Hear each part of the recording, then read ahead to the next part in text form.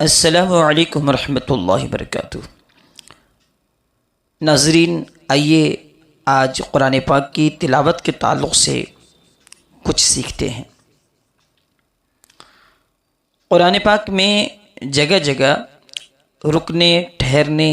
وقف کرنے کے لیے علامتیں، نشانیاں، سمبل بنے ہوئے ہیں۔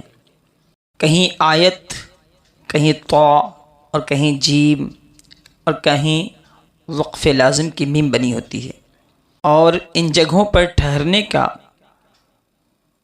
وقف کرنے کا کچھ قاعدہ اور قانون ہے۔ ان قاعدوں کو اور ضابطوں کو جاننا، سمجھنا اور اس پر عمل کرنا بہت ضروری ہے۔ ان طریقوں میں سے ایک طریقہ یہ ہے،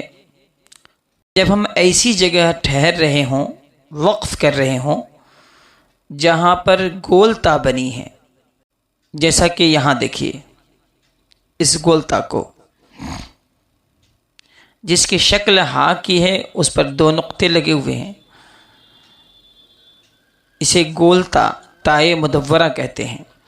اس گول تا کے اوپر جب آپ وقف کریں گے، ٹھہریں گے، تو اس پر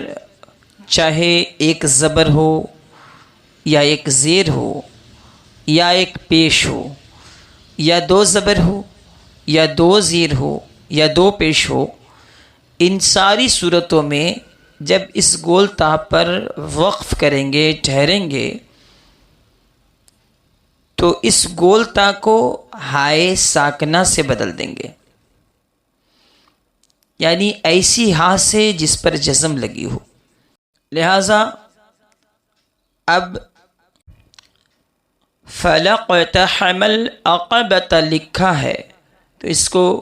تلاوت کرتے وقت پڑھیں گے فَلَقْتَحَمَ الْعَقَبَةَ أُولَئِكَ هُمْ خَيْرُ الْبَرِيَّةِ لکھا ہے، بریتی، تو یہاں پر ٹھہرنے کی صورت میں آپ کہیں گے اولئک هم خیر البریہ، بریہ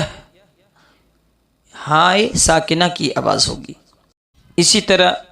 ما جاءتهم البینۃ، یہاں پر بھی اس تائے مدورہ کو ہائے ساکنہ سے بدل دیں گے،